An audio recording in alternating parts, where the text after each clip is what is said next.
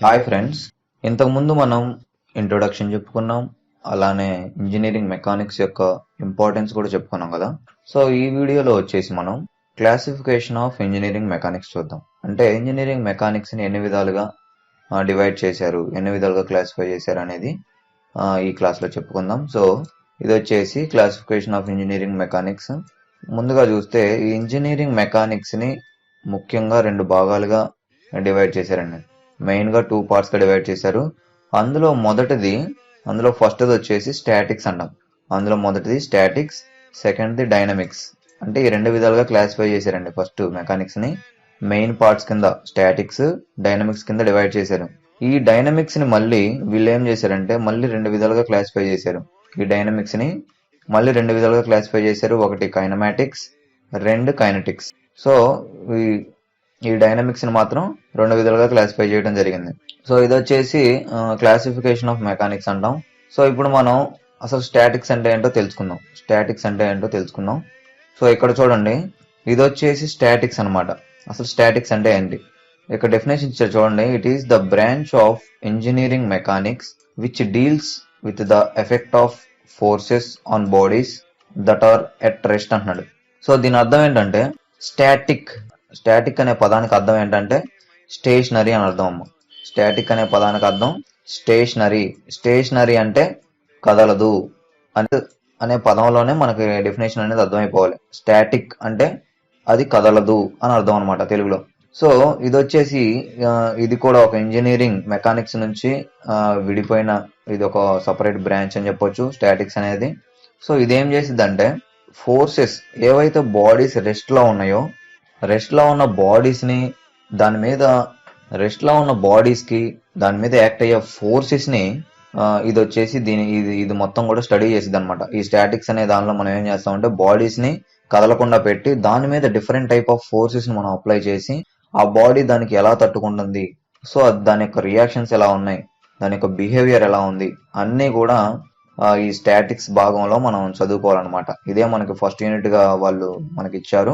అన్ని కూడా stationery objects మీద స్టడీ చేయాల్సి ఉంటుంది. తర్వాత సెకండ్ వచ్చేసి డైనమిక్స్ అంటాం. సో ఇది వచ్చేసి dynamics. It is the branch of engineering mechanics which deals with the bodies that are in motion అంటున్నాడు. సో ఏవైతే సేమ్ ఇదే స్టాటిక్స్ డెఫినేషన్ ఏమైతే చెప్పిందో ఇది కూడా సేమ్ డెఫినేషన్ చెప్పిద్ది అనమాట. సో ఇక్కడ ఏంటంటే ఏవైతే బాడీస్ మూవింగ్ అవుతూ ఉండాలండి. ఇంతకు ముందు స్టాటిక్స్ లో ఏం చెప్పాము, ఓన్లీ బాడీస్ అనేవి రెస్ట్ లో ఉంటాయి, కదలకుండా ఉంటాయి. బాడీస్ అనేవి కదలకుండా ఉండి దాని మీద రకరకాల ఫోర్సెస్ అప్లై చేసి ఎలా ఉంటది అనేది క్యాలిక్యులేట్ చేస్తాం అనమాట, ఫైండ్ అవుట్ చేసేది. అలానే డైనమిక్స్ అనేది దీనికి పూర్తిగా వ్యతిరేకంగా ఉంటది. ఏ బాడీస్ అయితే కదులుతూ ఉంటాయో, కంటిన్యూస్ గా కదులుతూ ఉంటాయి అనమాట. సో అటువంటి బాడీస్ మీద ఏవైనా ఫోర్సెస్ యాక్ట్ అయ్యి సో దాని యొక్క బిహేవియర్స్ ఎలా ఉన్నాయి, కదిలే బాడీస్ మీద బిహేవియర్స్ ఎలా ఉన్నాయో కూడా మనం ఈ డైనమిక్స్ లో చదువుకోవాల్సి ఉంటది. ఈ డైనమిక్స్ ని మీకు యూనిట్ 4 గా ఇచ్చారు. సో అక్కడ మనం చదువుకోవాలన్నమాట. తర్వాత మనకు తెలుసు డైనమిక్స్ ని రెండు విధాలుగా క్లాసిఫై చేశారని. సో ఇప్పుడు అది చూద్దాం. సో ఇది చూడండి, ఇది వచ్చేసి కైనమాటిక్స్ అంటాం. సో ఫస్ట్ గా మనకి డైనమిక్స్ అనేది రెండు విధాలుగా క్లాసిఫై చేయడం జరిగింది. అందులో first the it is the branch of engineering mechanics which deals with the study of bodies in motion without considering the forces causing that motion అంటున్నాడు. అంటే ఈ కైనమాటిక్స్ లో మళ్ళీ మనం ఏం చదువుకోవాలంటే సేమ్ ఇప్పుడు ఈ రెండు కూడా డైనమిక్స్ నుంచి విడిపోయినాయి కాబట్టి ఈ రెండు మనకు డైనమిక్స్ ఏం చెప్తుంది. సో డైనమిక్స్ అనేది మోషన్ లో ఉన్న బాడీస్ మీద ఫోర్సెస్ అప్లై చేసి మనం స్టడీ చేయాలంటున్నాడు డైనమిక్స్ లో. మళ్ళీ డైనమిక్స్ లో ఫస్ట్ కేటగిరీ ఏమంటున్నాడు అంటే అయ్యే ఫోర్సెస్ ని చూడండి, అవే కదిలే బాడీస్ మీద యాక్ట్ అయ్యే ఫోర్సెసే మనం క్యాలిక్యులేట్ చేయాలి. కానీ ఆ ఫోర్స్ ఏదైతే ఆ బాడీని మూవ్ చేస్తుందో ఆ ఫోర్సెస్ ని కన్సిడర్ చేసుకోవద్దు, అవి అసలు పట్టించుకోవద్దు. సో పట్టించుకోకుండా దాని మీద యాక్ట్ అయ్యే ఫోర్సెస్ ని అవి కదులుతూనే ఉండాలి, కానీ అవి కదలడానికి ఏదో ఒక ఫోర్స్ అప్లై చేయాలి. ఆ కదలడానికి అప్లై చేసిన ఫోర్సెస్ ని మాత్రం పట్టించుకోవద్దు, కదిలే బాడీస్ మీదే ఫోకస్ చేయండి అని అంటున్నాడు అనమాట కైనమాటిక్స్. ఎందుకంటే ఎక్కువగా ఇలా ఎందుకు చెప్తారంటే సో మనం డైనమిక్స్ లో మొత్తం పూర్తిగా క్షుణ్ణంగా బాగా తెలుసుకోవాలి ఆబ్జెక్ట్స్ గురించి అంటే మాత్రం సో మనం ఒకసారి ఫోర్సెస్ ని ఒక బాడీని కదిలించే ఆ ఫోర్సెస్ ని మనం ఒకసారి కన్సిడర్ చేసుకోకుండా మనం క్యాలిక్యులేట్ చేస్తాం, మనం ఐడెంటిఫై చేస్తాం, అనాలిసిస్ చేస్తాం. సో ఈ సెకండ్ కేటగిరీ వచ్చేసి కైనెటిక్స్ అంటామండి. కైనమాటిక్స్ లోనేమో ఫోర్సెస్ ఏవైతే మనకు బాడీస్ మీద యాక్ట్ అయ్యి, సో దీనికి బెస్ట్ ఎగ్జాంపుల్ ఏంటంటే ఎవరన్నా వచ్చి మనల్ని కొట్టారండి. సో ఫర్ సపోజ్ ఏంటంటే మనల్ని ఎవరన్నా వచ్చి ముక్కు మీద ఇలా గుద్ది వెళ్ళిపోయారు, ముక్కు మీద కొట్టి వెళ్ళిపోయారు. ముక్కు మీద కొట్టి వెళ్ళిపోతే మనకు బ్లడ్ వస్తుంది, లేకపోతే ఒక ఇంజురీ జరిగింది, బ్లీడింగ్ అవుతుంది. సో ఈ కైనమాటిక్స్ ఏం చెప్తుందంటే బ్లీడింగ్ అయ్యే దాని గురించి ఫోకస్ చేయండి, అది ఎలా అవుతుంది ఏంటి అనే దాని మీదే ఫోకస్ చేయండి, కానీ మనల్ని ఎవరు కొట్టారు ఏంటి అనే దాని గురించి పట్టించుకోవద్దు అంటున్నాడు అనమాట.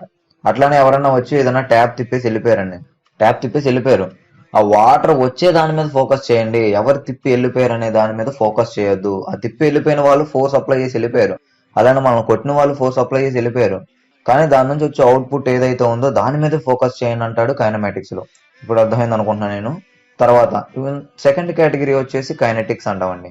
కైనెటిక్స్ వచ్చేసి it is the branch of engineering mechanics which deals with the study of bodies in motion with the consideration of forces causing that motion అంటున్నారు. ఇందులో వచ్చేసి ఏం చేస్తాడంటే, సో ఇప్పుడు చెప్పినట్టుగా బెస్ట్ ఎగ్జాంపుల్ గా ఎవరైనా ట్యాప్ తిప్పేసి వెళ్ళిపోయారు కదా, సో అట్లా ట్యాప్ తిప్పింది ఎవరు, అవి ఎందుకు వస్తున్నాయి, వాటర్ ఎంత ఫోర్స్ తో వస్తున్నాయి, సో అవన్నీ కూడా ఫోర్సెస్ ని కన్సిడర్ చేసుకోవాలి, దాని యొక్క మోషన్ ని కన్సిడర్ చేసుకోవాలన్నమాట. కైనెటిక్స్ లో. కైనమాటిక్స్ లోనేమో ఫోర్సెస్ ని కన్సిడర్ చేసుకోము, ఇందులో వచ్చేసి రెండు కన్సిడర్ చేసుకోవాలండి. సో ఎవరైతే మనల్ని కొట్టారో వాళ్ళని కన్సిడర్ చేసుకోవాలి, మనకు బ్లీడింగ్ అయ్యేదాన్ని కన్సిడర్ చేసుకోవాలి, సో ఇన్పుట్ అవుట్పుట్ రెండు కూడా కన్సిడర్ చేసుకోవాలి. ఆ బాడీ కదలడానికి తర్వాత ఆ అవుట్పుట్ ఎలా జరుగుతుంది అనేది రెండు కూడా మనం ఈ కైనెటిక్స్ లో మనం రెండు వీటి గురించి కంబైన్డ్ గా స్టడీ చేయాల్సి ఉంటుంది. సో అలానే కైనమాటిక్స్ లో మాత్రం ఓన్లీ అవుట్పుట్ మీదే ఫోకస్ చేస్తాం. మనం ఆ బాడీకి కదలడానికి మనం యూజ్ చేసిన ఏవైనా సరే, మన ఇన్పుట్ డివైస్ ఏవైనా మనం వాటిని కన్సిడర్ చేసుకోం అనమాట. సో అట్లాగా ఈ రెండు వాటిని ప్రధానంగా మెయిన్ గా డివైడ్ చేశారు. అలానే ఇంకొక రెండు డెఫినేషన్స్ ఉన్నాయి మీకు. సో ఈ రెండిట్ల గురించి ఎక్కువగా మీకు తెలుసుకోవాల్సిన అవసరం ఉంది. ఈ మెకానిక్స్ లో మనకి ఈ రెండు వాటి గురించి తెలుసుకుంటే కొంచెం మీకు అన్ని కూడా ఈజీగా అర్థం అవుతా ఉంటాయి. సో అందులో ఫస్ట్ వచ్చేసి స్కేలార్ క్వాంటిటీ అండి. ఇది మీకు ఫిజిక్స్ లో కూడా వస్తుంది. సో అక్కడ ఒకవేళ నేర్చుకోలేకపోతే మీరు ఇంజనీరింగ్ మెకానిక్స్ లో కూడా నేర్చుకోవాల్సి ఉంటుంది. ఇది స్కేలార్ క్వాంటిటీ అంటాం. స్కేలార్ క్వాంటిటీ అంటే చూడండి, ఇక్కడ డెఫినేషన్ ఇచ్చాడు. Scalar quantities are those quantities which possesses only magnitude but not direction అంటాడండి. సో ఈ స్కేలార్ క్వాంటిటీస్ అనేవి ఒక పదార్థాలు, అంటే ఇవి కొన్ని క్వాంటిటీస్ లాగా ఉంటాయంట, వాటికి ఓన్లీ మ్యాగ్నిట్యూడే ఉంటుందంటండి. మ్యాగ్నిట్యూడ్ అంటే మనకు వాల్యూని చెప్తాం అనమాట, దాన్ని మ్యాగ్నిట్యూడ్ అన్నాం. సో ఇప్పుడు నేను ఎంత వెయిట్ ఉన్నానంటే నా వాల్యూ వచ్చేసి ఒక 50 kgs 70 kgs అని చెప్తాం కదా, ఆ 50 70 అనే దాన్ని మనం మ్యాగ్నిట్యూడ్ అంటాం అనమాట. అలానే బట్ నాట్ డైరెక్షన్ అంటున్నాడు. సో ఈ క్వాంటిటీస్ ఏవైతే ఉంటాయో స్కేలార్ క్వాంటిటీస్ కి డైరెక్షన్ అనేది ఉండదు, ఓన్లీ మ్యాగ్నిట్యూడే ఉంటది అనేది అనమాట ఈ డెఫినేషన్ అనేది. అయితే దీని కింద ఎగ్జాంపుల్స్ ఏమొస్తాయి అంటే లెంత్ అంటున్నాడండి. ఎగ్జాంపుల్ వచ్చేసి లెంత్ అంట. అంటే మనం ఏదైనా డివైస్ ని, ఏదైనా ఆబ్జెక్ట్ ని మనం కొలిచి దాని యొక్క లెంత్ చెప్పగలం, కానీ అది ఏ డైరెక్షన్ లో ఆ లెంత్ ఉంది అనేది మనం చెప్పలేం. ఎక్స్ డైరెక్షన్ లో ఉందా, వై డైరెక్షన్ లో ఉందా, లేకపోతే జెడ్ డైరెక్షన్ లో ఉందా అనేది మనం లెంత్ ని చెప్పలేం కదా. సో ఇటువంటి క్వాంటిటీస్ అనేవి మనం స్కేలార్ క్వాంటిటీస్ కింద తీసుకోవాల్సి ఉంటుందండి. అలానే మాస్ ఉంది. సో ఒక సమ్ కేజెస్ ఆఫ్ మాస్ ఉంది, అది ఏ డైరెక్షన్ లో ఉందనేది మనం చెప్పలేము. అలానే కొంత వాల్యూమ్ ఉంది, కొంత వాల్యూమ్, ఇంత వాల్యూమ్, ఇన్ని మీటర్ క్యూబ్ వాల్యూమ్ ఉందని చెప్తాం, 1 మీటర్ క్యూబ్ వాల్యూమ్ అంటాం, లేకపోతే 1 లీటర్ అంటాం. సో అది ఏ డైరెక్షన్ లో ఉందనేది మనం చెప్పలేం కదా. సో అలా ఇటువంటి కొన్ని క్వాంటిటీస్ అన్నిటిని కూడా వీళ్ళు కేటగరైజ్ చేశారనమాట. అందులో భాగంగా ఫస్ట్ ఇది స్కేలార్ క్వాంటిటీ అంటాం. అలానే వర్క్ అండి. వర్క్ అనేది నేను ఇంత వర్క్ చేశాను, నేను ఇన్ని కిలో జౌల్స్ వర్క్ చేశాను, లేకపోతే ఇన్ని జౌల్స్ వర్క్ చేశాను అని చెప్తాం, కానీ నేను ఏ డైరెక్షన్ లో చేశానని చెప్పను కదా. సో అట్లా ఇటువంటి క్వాంటిటీస్ అనేవి కొన్ని మీరు తెలుసుకోవాల్సి ఉంటుంది. ఎగ్జామ్ లో కూడా షార్ట్ ఆన్సర్స్ అడుగుతూ ఉంటాడు ఈ డెఫినేషన్స్. సో కాబట్టి రెండు డెఫినేషన్స్ వాటి యొక్క ఎగ్జాంపుల్స్ తో సహా నేర్చుకోవాల్సిన పరిస్థితి ఉంది. తర్వాత టైం అండి. టైం వచ్చేసి 2:30, 3:30 లేకపోతే 12 గంటలు ఇలా చెప్తాం, కానీ అది ఏ డైరెక్షన్ లో ఉంది అనేది మనం చెప్పం. సో అట్లా ఈ క్వాంటిటీస్ అన్ని కూడా స్కేలార్ క్వాంటిటీ కింద వస్తాయండి. అలానే వెక్టార్ క్వాంటిటీస్ అని ఇంకా ఉన్నాయి. సెకండ్ వచ్చేసి వెక్టార్ క్వాంటిటీ అనమాట. Vector quantities are those quantities which possesses both magnitude and direction అంటున్నాడు. అంటే ఈ క్వాంటిటీస్ అనేవి వెక్టార్ క్వాంటిటీస్ అనేవి మనకి మ్యాగ్నిట్యూడ్ ఉంటది, డైరెక్షన్ ఉంటది. అంటే మనం ఏదన్నా ఆ క్వాంటిటీ వెక్టార్ క్వాంటిటీ గురించి మనం మాట్లాడుకునేటప్పుడు దాని యొక్క మ్యాగ్నిట్యూడ్ గురించి మాట్లాడుకోవాలి, దాని యొక్క డైరెక్షన్ గురించి మాట్లాడనమాట. దీని కింద ఎగ్జాంపుల్స్ ఏమొస్తాయి అంటే డిస్ప్లేస్మెంట్ అంటున్నాడు. సో ఒక బాడీ ఉంది, ఒక బాడీ అనేది చూడండి, ఒక బాడీ ఉంది, ఒక బాడీ నేను ఎటన్నా మూవ్ అయింది, ఫ్రమ్ ఒక ప్లేస్ నుంచి ఇంకొక ప్లేస్ కి మూవ్ అయింది, ఒక ప్లేస్ నుంచి ఇంకొక ప్లేస్ కి డిస్ప్లేస్ అయింది. సో మనం ఇది ఎంత డిస్టెన్స్ డిస్ప్లేస్ అయిందో చెప్పగలం. అలానే ఇది ఏ డైరెక్షన్ లో డిస్ప్లేస్ అయింది, ఎక్స్ డైరెక్షన్ లో డిస్ప్లేస్ అవ్వచ్చు, వై డైరెక్షన్ లో డిస్ప్లేస్ అవ్వచ్చు, జెడ్ డైరెక్షన్ లో డిస్ప్లేస్ అవ్వచ్చు. సో అట్లా ఏంటంటే ఏ డైరెక్షన్ లో అయినా డిస్ప్లేస్ అయ్యే అవకాశం ఉంది. కాబట్టి ఇటువంటి క్వాంటిటీస్ కి రెండు చెప్పాలండి. ఈ రెండు కూడా వీటిని కలిగి ఉంటాయి, ఒకటి మ్యాగ్నిట్యూడ్ అలాగే డైరెక్షన్ కూడా ఇవి కలిగి ఉంటాయి అనమాట. అలానే సెకండ్ వచ్చేసి వెలాసిటీ అంటున్నాడు. వెలాసిటీ అంటే ఇప్పుడు ఏదన్నా వెహికల్ తీసుకుందాం, ఏదైనా bike or car anything. So ఏదన్నా వెహికల్ తీసుకొని అది ఎంత వెలాసిటీతో వెళ్తుంది, సో మనం పైకి ఇసిరేయచ్చు, స్ట్రైట్ గా ఇసిరేయచ్చు, ఏ ఆబ్జెక్ట్ నైనా. సో అట్లా ఆ పై నుంచి కింద పడవచ్చు. సో ఈ వెలాసిటీ అనే ఒక ఆబ్జెక్ట్ అనేది ఎంత వెలాసిటీతో అది వెళ్తుంది, ఏ డైరెక్షన్ లో వెళ్తుందో కూడా మనం చెప్పగలగాలన్నమాట. సో ఈ క్వాంటిటీస్ అన్ని కూడా మనకి వెక్టార్ క్వాంటిటీస్ కింద వస్తాయి. అలానే యాక్సలరేషన్ అన్నాడు. యాక్సలరేషన్ కూడా వెక్టార్ క్వాంటిటీ కింద వస్తుందండి. యాక్సలరేషన్ అనేది అంటే యాక్సలరేషన్ అంటే మనకి ఏ డైరెక్షన్ లో ఆబ్జెక్ట్ ఎంత యాక్సలరేషన్ తో వెళ్తుంది, ఏ డైరెక్షన్ తో వెళ్తుంది అనేది మనం ఐడెంటిఫై చేయాలన్నమాట.